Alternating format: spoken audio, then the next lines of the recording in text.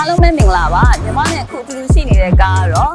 Highland Adventure 2025 model ပဲဖြစ်ပါတယ် Highland ဆိုတာနဲ့ခံရထည့်သွားပြီးတော့ High and Luxury ဖြစ်ကြတဲ့ကားဆိုတာကိုတော့အားလုံးပဲလက်ခံထားပြီးသားဖြစ်မယ်ထင်ပါတယ်ကဲဒီ Highland မှာဘယ်လိုမျိုးဒီဇိုင်းနဲ့နည်းပညာတွေပါဝင်လဲဆိုတာကိုညီမနဲ့အတူတူလိုက်ကြည့်ကြရအောင်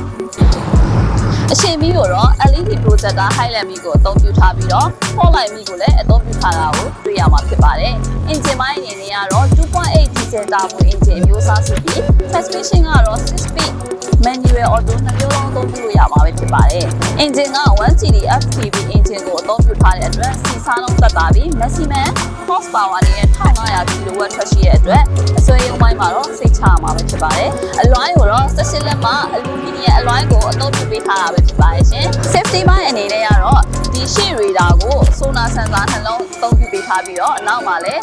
sensor ၄လုံးပါဝင်ပါတယ်။အဲတော့စုပေါင်း6လုံးပါဝင်မှာပဲဖြစ်ပါတယ်။တခြား other safety system တွေအနေနဲ့ကတော့ Toyota ရဲ့ Great အမြင့်ကားတွေမှာပဲပါဝင်တဲ့ Toyota Safety Sense တွေဖြစ်တဲ့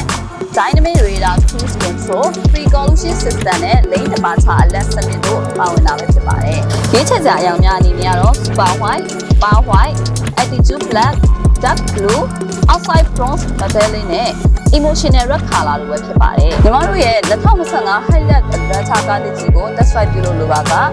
39လမ်းနဲ့39လမ်းကြားအရှိမြို့ပတ်လမ်း Manly Toyota ကားရှိုးရုံကိုလာရောက်ဖို့ဖိတ်ခေါ်လိုက်ပါရရှင်။